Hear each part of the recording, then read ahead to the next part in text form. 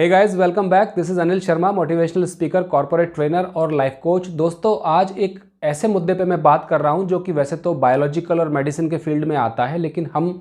सभी की ज़िंदगी में कहीं ना कहीं किसी ना किसी प्रकार से डायरेक्टली या इनडायरेक्टली ये जुड़ा हुआ है। और हो सकता है आपके परिवार में भी इस प्रकार का कोई सदस्य हो या आपके जान पहचान के सर्कल में इस प्रकार का कोई व्यक्ति हो जिसको कि आप जानते हो, जो सवेरे उठते उठते ही सबसे पहले किसी एक मेडिकल कंडीशन को कंट्रोल करने के लिए दवाइयाँ लेता है। चाहे वो हाई ब्लड प्रेशर को कंट्रोल करने के लिए दवाई लेता हो, डायबिटीज़ को कंट्रोल करने के लिए दवाई लेता हो, माइग्रेन को या सिर दर्द जिसको कि देसी भाषा में आधा शीशी बोलते हैं उसको कंट्रोल करने के लिए दवाई लेता हो। और बहुत सारी मेडिकल कंडीशंस होती हैं जिनको कंट्रोल करने के लिए सुबह उठते हुए जैसे ही वो सुबह उठता है या नाश्ता करते हैं उसके बाद दवाई लेते हैं, और हो सकता है दिन में भी या रात को भी सोने से पहले वो दवाई लेते हैं। और डॉक्टर ने सारे के सारे मेडिकल चेकअप उनके कर रखे हैं, सारे डायग्नोस्टिक जो टेस्ट हैं वो सारे के सारे कर रखे हैं, लेकिन कोई इस तरह का प्रॉब्लम या कोई बॉडी की माल फंक्शनिंग समझ में नहीं आती। और डॉक्टर्स का कहना है कि भाई ये लाइफ स्टाइल डिजीज़ है, ये आपके एसेंशियल एक करेक्टरिस्टिक है आपकी बॉडी का कि आपको हमेशा ज़िंदगी भर के लिए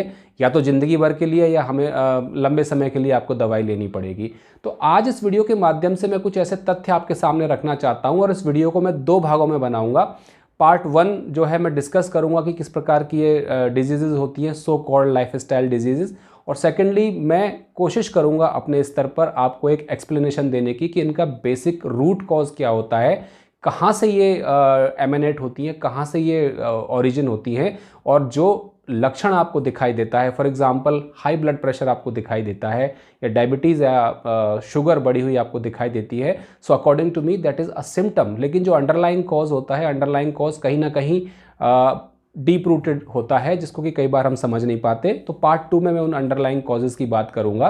लेकिन पार्ट 1 में मैं आपके सामने कुछ चीज़ ऐसी रखना चाहूँगा कि इन बीमारियों की बेसिकली वजह क्या है, जड़ क्या है, कहाँ से ये ओरिजिन होती है, इनका रूट कहाँ पर रहता है, और क्या केवल सिम्टम्स को ट्रीट करना ही, क्या केवल जो बढ़े हुए जो ब्लड प्रेशर है या बढ़ी हुई शुगर है उनको ट्रीट करना ही एक लॉन्ग टर्म सॉल्यूशन होता है। तो आप इस चैनल पर बने रहिए, और यदि आप इस चैनल पर नए आए हैं तो इसको लाइक कीजिए, सब्सक्राइब कीजिए और शेयर कीजिए। अगर आपको कंटेंट पसंद आता है तो आप इसको लाइक कर सकते हैं और सब्सक्राइब भी कर सकते हैं। तो लाइफ स्टाइल डिजीज़ एक नया टर्म दिया गया है, और स्पेशली ये टर्म आया है 1990 के बाद। उससे पहले 1990 से पहले भी लोगों को हाई ब्लड प्रेशर होता था, डायबिटीज़, शुगर वगैरह रहता था, लेकिन 1990s के बाद स्पेशली जब इंडिया में मार्केट का लिबरलाइजेशन हुआ है और एक तरह से इकोनॉमी बूम करने लगी है, तो लोगों की लाइफ बड़ी हैक्टिक हो गई है, बड़ा तनावपूर्ण ज़िंदगी हो गई है, और बहुत सारी चीज़ें हैं जिनकी वजह से ये एसोसिएट कर दिया गया है मेडिकल प्रोफेशनल्स के द्वारा। कुछ हद तक वो ठीक भी हैं, जो अंडरस्टैंडिंग है उनकी, कि भाई ये लाइफ स्टाइल से रिलेटेड डिजीज़ हैं। आपकी लाइफ स्टाइल अनहेल्दी है, आपका खाना पीना, उठना, सोना बैठना एक निश्चित समय पर नहीं है, और जीवन में तनाव भी है, इसकी वजह से ये लाइफ स्टाइल डिजीज़ हैं। ये बिल्कुल ठीक बात है, मैं उसको डिनाई नहीं करता हूँ। लेकिन दोस्तों, क्या कभी आपने साइकोसोमेटिक डिजीज़ का नाम सुना है? साइकोसोमेटिक डिसऑर्डर साइकोलॉजी में एक बड़ा बिग एरिया ऑफ स्टडी होता है, it's a big discipline of study under psychology, और साइकाट्रिस्ट इसके बारे में काफ़ी जानते हैं। साइकोसोमेटिक डिजीज़ यानी कि इस प्रकार की बीमारियां जिनका कि लक्षण आपके शरीर में दिखाई देता है, लेकिन अगर आप टेस्ट करने जाएंगे, डॉक्टर या कोई डायग्नोस्टिक सेंटर आपके टेस्ट करेगा, आपका ब्लड टेस्ट करेगा, आपका लिपिड प्रोफाइल लेगा, आपका यूरिन टेस्ट करेगा, तो उसमें कोई भी प्रॉब्लम नहीं आती है। सारे के सारे जो टेस्ट होते हैं वो बिल्कुल नॉर्मल आते हैं, लेकिन बीमारी है। ब्लड प्रेशर आपका बढ़ा हुआ है, शुगर आपकी बढ़ी हुई है, सिर में आपके दर्द हो रहा है, जो दवाई ले लेते हैं तो कुछ समय के लिए 8-10 घंटे के लिए वो दवाई इफेक्टिव होती है, और उसके बाद फिर वापस से वही सिम्टम्स आने लग जाते हैं, सिर में दर्द वापस होने लग जाता है, बीपी वापस बढ़ने लग जाता है। तो इन बीमारियों का कारण क्या है? इस प्रकार की बीमारियां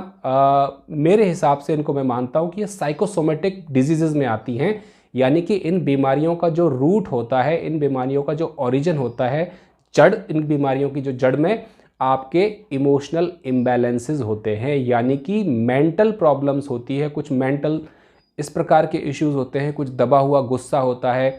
भावनात्मक रूप से कुछ असंतुलन होता है, पेंट अप रिसेंटमेंट होता है, पेंट अप इमोशंस होते हैं, इमोशनल इम्बैलेंसेस होते हैं, बहुत सारे मेंटल जो है इश्यूज़ होते हैं, जिनकी वजह से, क्योंकि वो मेंटल इश्यूज़ एड्रेस नहीं हो पाते, वो इमोशनल इश्यूज़ एक्सप्रेस नहीं हो पाते, इसलिए उनका जो रिज़ल्ट है, उनका जो नेगेटिव इम्पैक्ट है वो आपकी बॉडी में आता है। और हर अलग अलग व्यक्ति की बॉडी में वो अलग अलग प्रकार से होता है, हो सकता है मेरा भावनात्मक असंतुलन बढ़े हुए बीपी के रूप में लक्षित हो,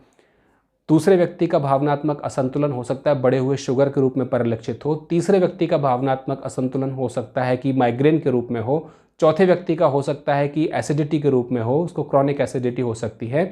तो साइकोसोमेटिक डिसऑर्डर्स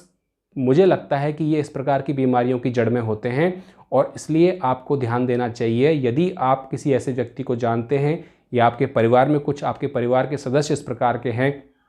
जो इन सिम्टम से जूझ रहे हैं या इन सिम्टम से दो चार हो रहे हैं, रेगुलर दवाइयाँ ले रहे हैं, तो बहुत अच्छी बात है। देखिए उसमें एक फाइनल डिसीजन तो मेडिकल प्रोफेशनल का ही होगा, तो वो दवाइयाँ उसमें लेते रहें, उसमें कोई समस्या वाली बात नहीं है। लेकिन कहीं ना कहीं उन्हें अपनी साइकोलॉजिकल जो अपनी वेलबींग है, अपना जो भावनात्मक संतुलन है, भावनात्मक हार्मनी जो है अपनी इंटरनल, उन पर भी ध्यान देना होगा। तो इस वीडियो में मैं सिर्फ आज इतनी ही बात करूंगा कि बहुत सारी बीमारियां, स्पेशली द सो कॉल्ड जो लाइफस्टाइल डिजीज़ होती हैं, उसमें मेन रूप से होता है अपना heart disease, blood pressure, diabetes, आपकी क्रॉनिक जो है माइग्रेन, आपकी एसिडिटी भी उसमें आती है और बहुत सारे इवन स्किन प्रॉब्लम्स भी उसमें आती हैं। To a certain extent cancer भी उस कैटेगरी में लाया जा सकता है, जिनका की रूट कॉज कहीं ना कहीं आपका साइकोलॉजिकल और इमोशनल होता है। लेकिन उनके जो सिम्टम्स होते हैं वो आपकी बॉडी में डिस्प्ले होते हैं और जब तक उस साइकोलॉजिकल प्रॉब्लम को, जब तक उस भावनात्मक और इमोशनल इशू को आप एड्रेस नहीं करेंगे, उस बीमारी को कभी आप दूर नहीं कर सकते। खान पान में परिवर्तन से, थोड़ा बहुत कपालभाति, अनुलोम विलोम करने से, योगा करने से आपको तात्कालिक रूप से तो कुछ लाभ मिल सकता है, लेकिन जब तक अंडरलाइंग जो आपका इमोशनल प्रॉब्लम है, जो आपका इमोशनल इम्बैलेंस है, जो आपका साइकोलॉजिकल जो अंडरलाइंग इश्यूज़ हैं, जब तक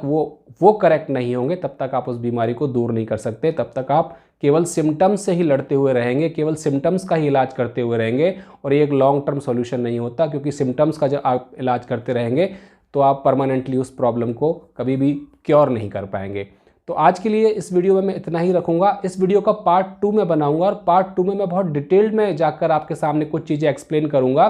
कि इनका एक